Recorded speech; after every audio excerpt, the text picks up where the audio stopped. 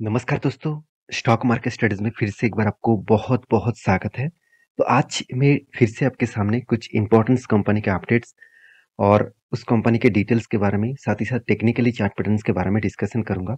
तो वीडियो को लास्ट तक देखिएगा और अभी तक आपने मेरे चैनल को सब्सक्राइब नहीं किया तो ज़रूर कर लीजिएगा, क्योंकि जितने सारे इन्फॉर्मेशन और अपडेट्स उसके साथ टेक्निकली चार्ट पैटर्न्स में जिस तरीके से स्विंग ट्रेडिंग्स बनता है, वो मैं आपके साथ शेयर करूँगा। यहाँ पे आपको बहुत सारे इन्फॉर्मेशन मिलेगा, तो प्लीज़ इस चैनल को सबसे पहले सब्सक्राइब कर लीजिए। और हाँ, वीडियो शुरू करने से पहले मैं एक रिक्वेस्ट करूँगा, इस वीडियो को टोटली एजुकेशन पर्पस में देखना, कोई भी बाय एंड सेल का रिकमेंडेशन मत समझना।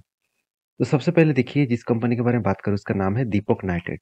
देखिए, दीपक नाइट्रेट के ऊपर पिछले दिनों में ही धमाका परफॉर्मेंस हो गया था और मैंने आपको ये भी बताया था कि एक रेंज बना था, एक एक स्ट्रॉन्ग रेजिस्टेंस बना था। उस रेजिस्टेंस को जो ब्रेकआउट करके ऊपर गया था और उसके बाद नीचे आने के बाद उसी लेवल को वो बार-बार रिटेस्ट कर रहा था। मैं आपको यही बता रहा था कि इस रेंज कंपनी के लिए अभी सपोर्ट बन चुके हैं। जो पहले इसका रेजिस्टेंस था, वही अभी आपको सपोर्ट बन चुके हैं। तो सपोर्ट को तोड़ नहीं रहा, इसका मतलब वो फिर से वापस जाने के लिए तैयार हो रहा है।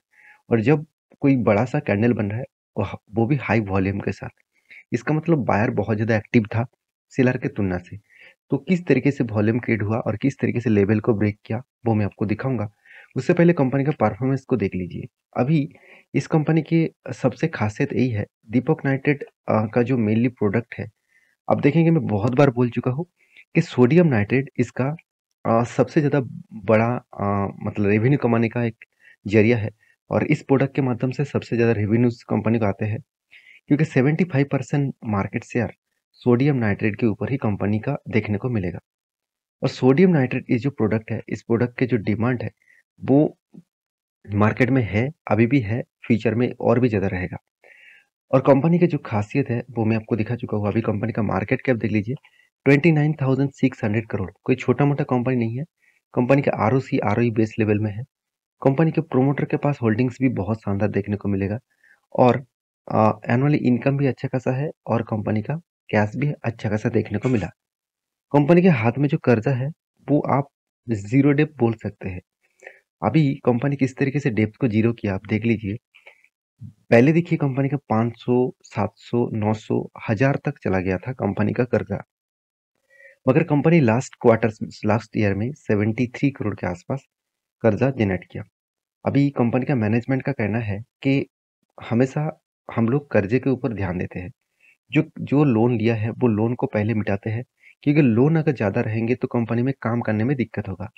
मैनेजमेंट का ये भी कहना है कि मान के चलिए मैंने इनकम मतलब सेल्स कम किए कर दिया और एक्सपेंस ज़्यादा हो गया, उसके साथ-साथ इंटरेस्ट भी ज़्यादा पेमेंट करने पड़े, तो मैं तो बर्बाद हो जाऊँगा। तो इसीलिए मैं सबसे पहले इंटरेस्ट को मिटा मतलब चुका देता हूँ, मतलब इंटरेस्ट को मतलब जो बोरिंग्स है उसको मिटा देता हूँ।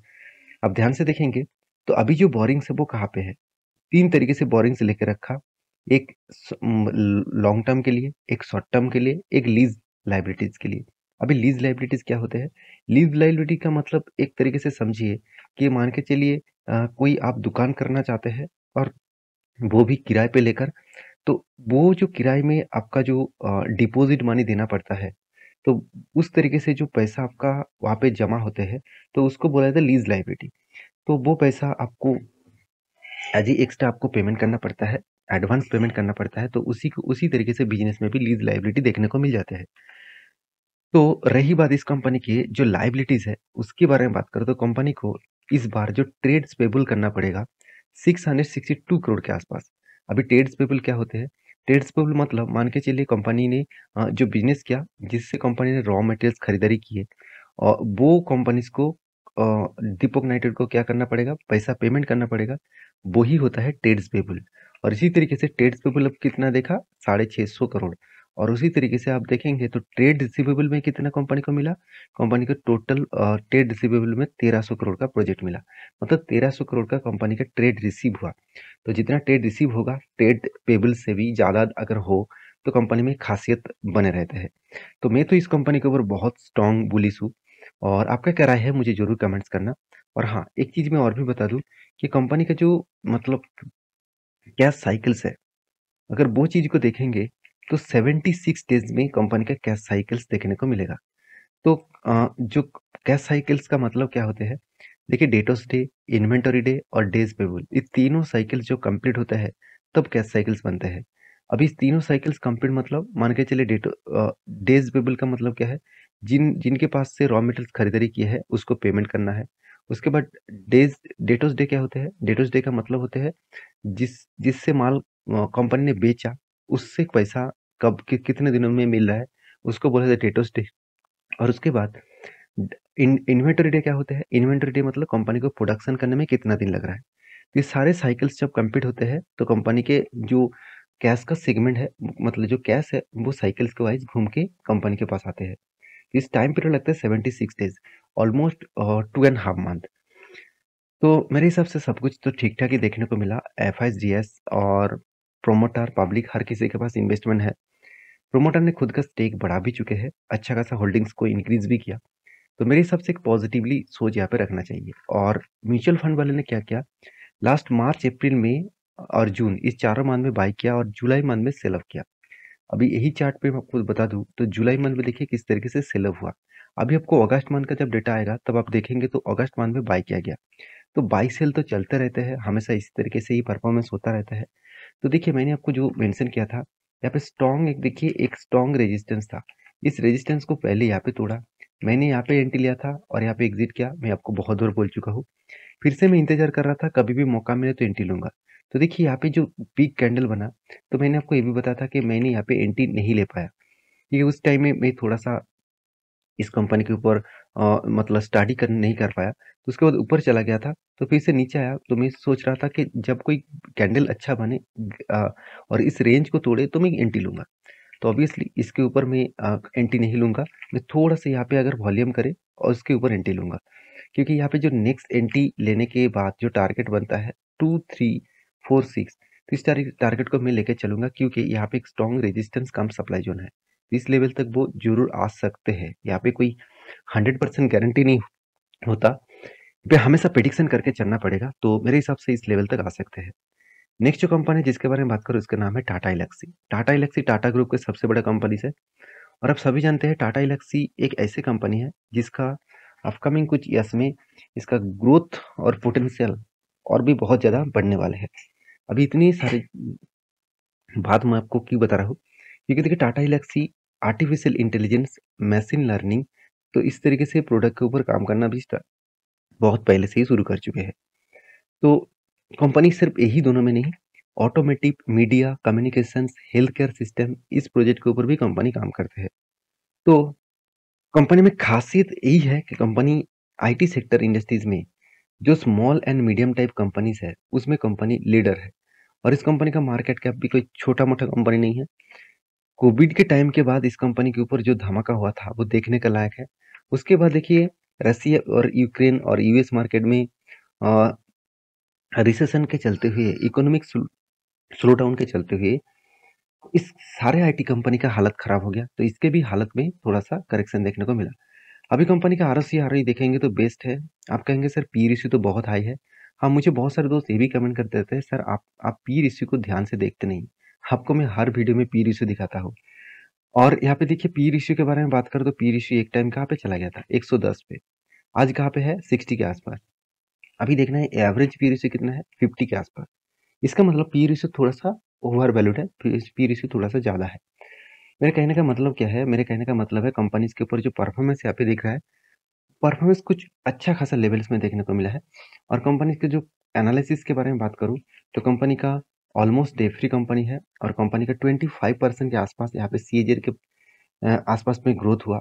और उसके बाद रिटर्न ऑफ इक्विटीज के बारे में बात करूँ 36% के आसपास रिटर्न ऑफ इक्विटी देखने को मिला, और वो भी 3 साल में। और देखिए कंपनी मेंटेन्स कर रहे हैं खुद के डिविडेंड को 59%। तो हर दिशा में देखा है तो कंपनी में पॉजिटिविटी देखने को मिला।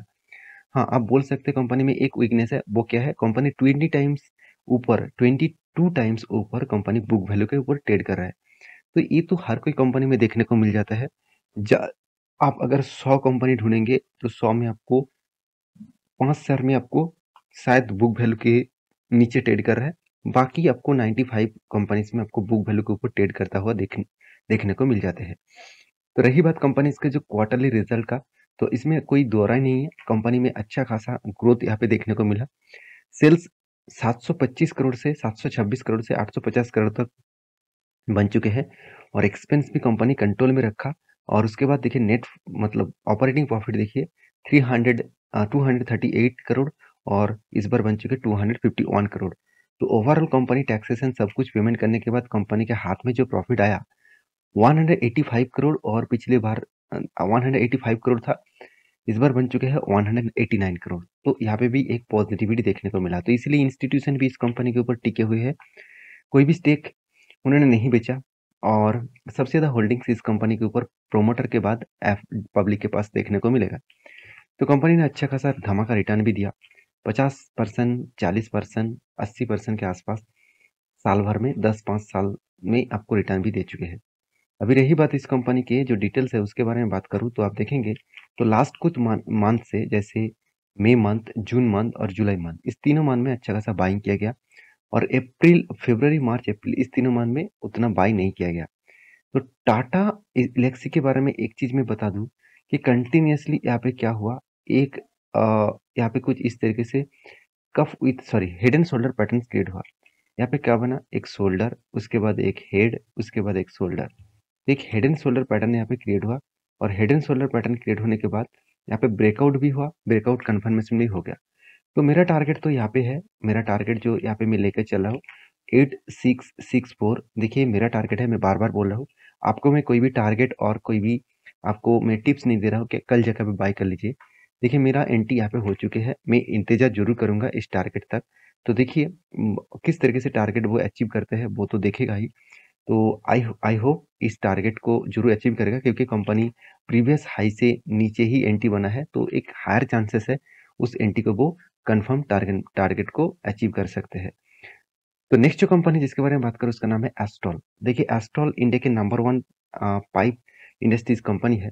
तो जितने सारे पीवीसी पाइप्स और प्लास्टिक पाइप बनाने वाला कंपनी है वो उसके सेक्टर में कंपनी का नाम सबसे ऊपर तो जरूर दिखेगा। मगर यहाँ पे कुछ दिनों पहले से आपको सुप्रीम इंडस्ट्रीज नंबर 1 में दिख रहा है।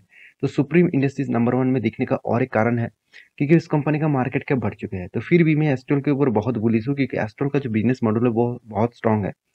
तो एस्ट्रल का जो परफॉर्मेंस है उसके बारे में बात करूँ तो 52,000 करोड़ के आसपास है। यहाँ पे कंपनी के ऊपर करेक्शन इसीलिए हो रहा है क्योंकि कंपनी का पी रेशियो बहुत हाई है। कंपनी का पी रेशियो कितना हाई है मैं आपको दिखा दूं। तो कंपनी एक टाइम पी रेशियो चला गया था 134 के आसपास और आज कितना पी रेशियो 110 के आसपास। तो फिर भी मुझे हाई पी रेशियो देखने को मिला क्योंकि इसका एवरेज पी रेशियो 5 साल में 80 के आसपास है। तो कंपनी अभी हाई पी रेशियो है तो कभी ना कभी करेक्शन तो होगा। तो मेरे हिसाब से इसीलिए करेक्शन यहाँ पे देखने को मिला है। तो कंपनी करेक्शन मतलब उतना ज़्यादा करेक्शन नहीं हुआ, तो मुझे लगता है थोड़ा सा करेक्शन होने का चांसेस है क्योंकि इतना हाई पी रेशियो में कंपनी टिक नहीं पाएगा। कंपनी में आज नहीं तो कल थोड़ा सा करेक्शन देखने को मिल सकता है। तो कंपनी का आरओसी आरओबी दोनों में ही आपको खास परफॉर्मेंस देखने को मिल जाएगा। और डेटोस डे के बारे में बात करूँ तो कंपनी का डेटोस डे 0.03 के आसपास देखने को मिला है। तो कंपनीज में एक खासियत यहाँ पे आपको जरूर देखने को मिलेगा, वो है कंपनी का क्वार्टरली रिजल्ट। देखिए कंपनी में कुछ भी हो, कंपनी हर क्वार्टर्स में खुद का सेल्स को इंक्रीज किया और उस हिसाब से कंपनी एक्सपेंस को भी मेंटेन किए, उस हिसाब से नेट प्रॉफिट को भी कंपनी यहाँ पे जनरेट किया। तो कंपनी इस बार हाईएस्ट प्रॉफिट जनरेट किया पिछले क्वार्टर की तुलना से। मगर कंपनी पिछले जो क्वार्टर्स था, पिछले जो क्वार्टर मतलब क्वार्टर 4 में कंपनी का जो परफॉर्मेंस था 300 करोड़ तक पहुंच गया था और इस बार वो घट के हो चुके 200 करोड़। तो यहाँ पे कंपनी का प्रॉफिट मार्जिन कम होने के पीछे एक ही कारण है, पिछले बार सेल्स ज़्यादा हुआ था, इस बार सेल्स थोड़ा सा कम हुआ।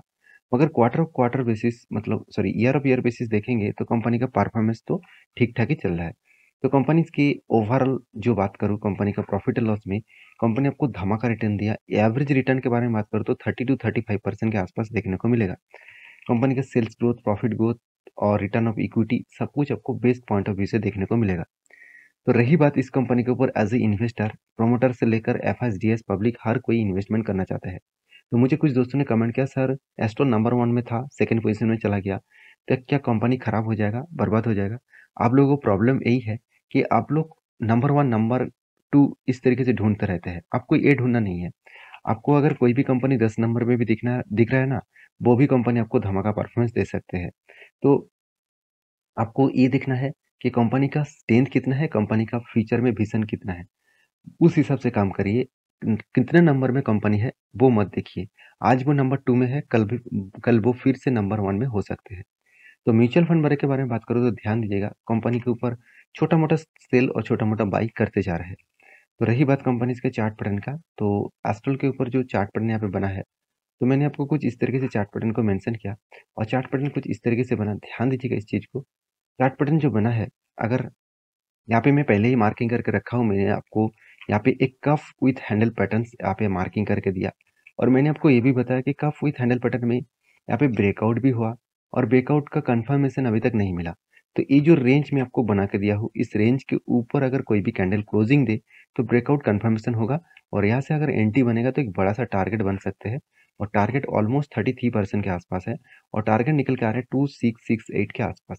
तो इस टारगेट को फॉलो करके मैं चलूंगा, जब ब्रेकआउट करेगा तब मैं एंट्री लूंगा। अभी तक तो मैंने कोई एंट्री नहीं लिया, मैं सिर्फ मार्किंग करके आपको यहाँ पे यही चीज मैं बार बार दिखा रहा हूँ, क्योंकि आपको इस तरीके से कोई भी एंट्री लेवल मिले तो उसके ऊपर आपको स्टडी करना चाहिए, उसके ऊपर आपको फोकस रखना चाहिए। तो सारे डिटेल्स मैं आपको एजुकेशन पर्पस में शेयर कर रहा हूँ, कोई भी रिकमेंडेशन नहीं है। मैं बार बार आपको बोल रहा हूँ कि मेरा तरफ से कोई भी रिकमेंडेशन नहीं है। अगर आपको सेल करना है, बाय करना है, सब आपके रिस्क के हिसाब से जरूर करिए। मैं खुद के रिस्क के हिसाब से कर रहा हूँ, आप आपके रिस्क के हिसाब से करिए। लास्ट जो कंपनी जिसके बारे में बात करूँ उसका नाम है पावर ग्रिड। तो पावर ग्रिड इंडिया के नंबर 1 नहीं, नंबर 2 कंपनीज है power sector, power generate companies में। और इस कंपनी की खासियत ये है, कंपनी कंटिन्यूसली हाई ग्रोथ करने के बाद कंपनी ने बहुत बड़ा अनाउंसमेंट भी किया।